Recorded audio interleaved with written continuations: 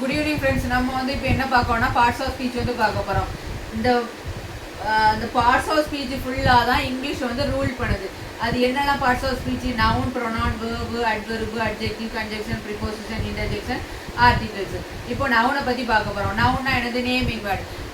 ஒரு பர்சனோட நேமையோ இல்லைனா ஒரு பிளேஸோட நேமையோ ஒரு திங்கோட நேமையோ குறிக்கக்கூடியதான் நவுனு. ஃபார் எக்ஸாம்பிள் என்ன சொல்லலாம்? பர்சன் சொல்லும்போது அபிஷேக், ஒரு பர்சனோட நேம்னு சொல்லும்போது அபிஷேக். பிளேஸோட நேம் சொல்லும்போது கன்னியாகுமரி. தென் திங்கோட நேம்னு சொல்லும்போது சாக்லேட், அந்த மாதிரி சொல்லக்கூடியது. ப்ரொனவுன் வந்து பார்க்கும்போது we use instead of noun. ஒரு ஃபார் எக்ஸாம்பிள் நம்ம வந்து ஒரு எஸ்ஸே எழுத போகிறோன்னா அதில் வந்து ஒரு நேம் எழுதணும். இப்போ வந்து ஒரு நேமை வந்து ஒரு நேமை இண்டிகேட் பண்ணி நம்ம ஒரு சின்ன எஸ்ஸே எழுதும். அப்போ அந்த நேமை வந்து ஒரு தடவை மட்டும் தான் மென்ஷன் பண்ணணும். அதுக்கப்புறமா அதுக்கு ஆல்டர்னேட்டிவாக என்ன யூஸ் பண்ணணும்னா ப்ரொனவுன் யூஸ் பண்ணணும். ஓகே, இப்போ வந்து கன்னியாகுமரி வச்சு ஒரு எஸ்ஸே எழுத போகிறோம். அப்போ கன்னியாகுமரி ஒரு தடவை தான் போடணும். நெக்ஸ்ட் என்ன யூஸ் பண்ணணும்? இட்டுன்னு யூஸ் பண்ணணும். அதை நம்ம வந்து ஒரு பெண்ணாக உருவகப்படுத்தி எழுதணும்னா அதை வந்து ஷீ போட்டு எழுதணும். அதே இது ஒரு ஆணாக உருவகப்படுத்தி எழுதணும்னா அதுக்கு வந்து ஹீ யூஸ் பண்ணணும். இதுக்காக யூஸ் பண்ணக்கூடியதான் ப்ரொனவுன். அப்புறம் வந்து நம்ம வந்து வேர்பு பார்க்க போகிறோம். வேர்பில் வந்து நிறைய பேட்டர்ன் இருக்குது. Transitive verb, intransitive verb, strong, week, அந்த மாதிரி நிறைய டைப் இருக்குது. நம்ம இதில் என்ன நமக்கு எது இம்பார்ட்டன்ட்னா அந்த 4 திங்ஸும் தான் இம்பார்ட்டன்ட். V1 வேர்பு வந்து எதை இண்டிகேட் பண்ணதுன்னா ப்ரெசன்ட் வேர்பு. V2 வந்து பாஸ்ட் வேர்பு. V3 வந்து பாஸ்ட் பார்ட்டிசிபிள் வேர்பு. மேக்ஸிமம் வந்து இதை வந்து எதுக்கு யூஸ் பண்ணுவோம்? பேசிவ் வாய்ஸில் வந்து யூஸ் பண்ணுவோம். அப்புறமா வந்து present perfect tense, past perfect tense, future perfect டென்ஸில், அப்புறம் வந்து present perfect continuous tense, past perfect continuous tense, future perfect continuous டென்ஸ்லாம் நம்ம வந்து இந்த V3 வேர்பான பாஸ்ட் பார்ட்டிசிபிள் வந்து யூஸ் பண்ணுவோம். தென் அப்புறமா வந்து V4 வந்து மேக்ஸிமம் இதை வந்து ரொம்ப யூஸ் பண்ண மாட்டோம். V4 வேர்பு இது வந்து ப்ரெசன்ட் பார்ட்டிசிபிள் வேர்பு. ஓகேவா? இப்போ வந்து for example walked, walking. Come, game, coming. Take, took, taken, taking. Okay, then adverb என்னன்னா ஒரு வேர்ப் வந்து குவாலிஃபை பண்ணக்கூடியது அட்வெர்ப். இப்போ வேர்பை குவாலிஃபை பண்ணக்கூடியதுன்னா என்ன சொல்லலாம்? ஃபார் எக்ஸாம்பிள்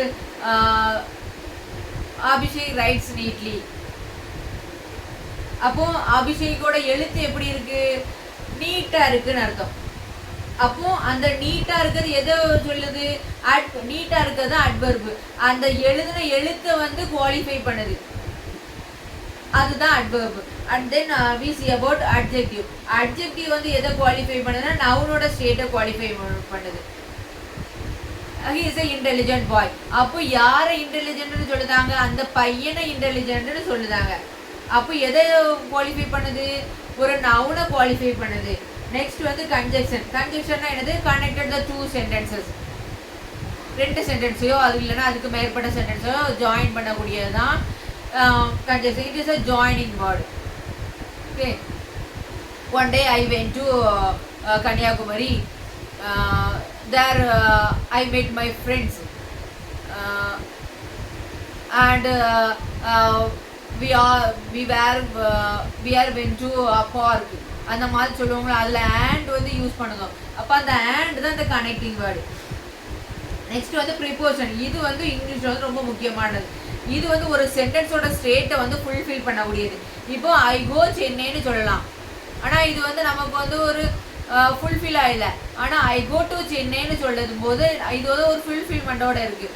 அப்போ நான் சென்னைக்கு போகிறேன். அப்போ என்னது? அந்த இக்குன்னு சொல்லதுக்காக தான் டு யூஸ் பண்ணுவோம். அந்த மாதிரி யூஸ் பண்ணதுக்கு தான் ப்ரிப்போசிஷன் யூஸ் பண்ணுவோம். என்னெல்லாம்? For example preposition with, for, from, to, at, in, on, among, between, then also beside, besides, since, till and till etcetera. அந்த மாதிரி பார்க்கக்கூடியதுதான் ப்ரிப்போசிஷன்.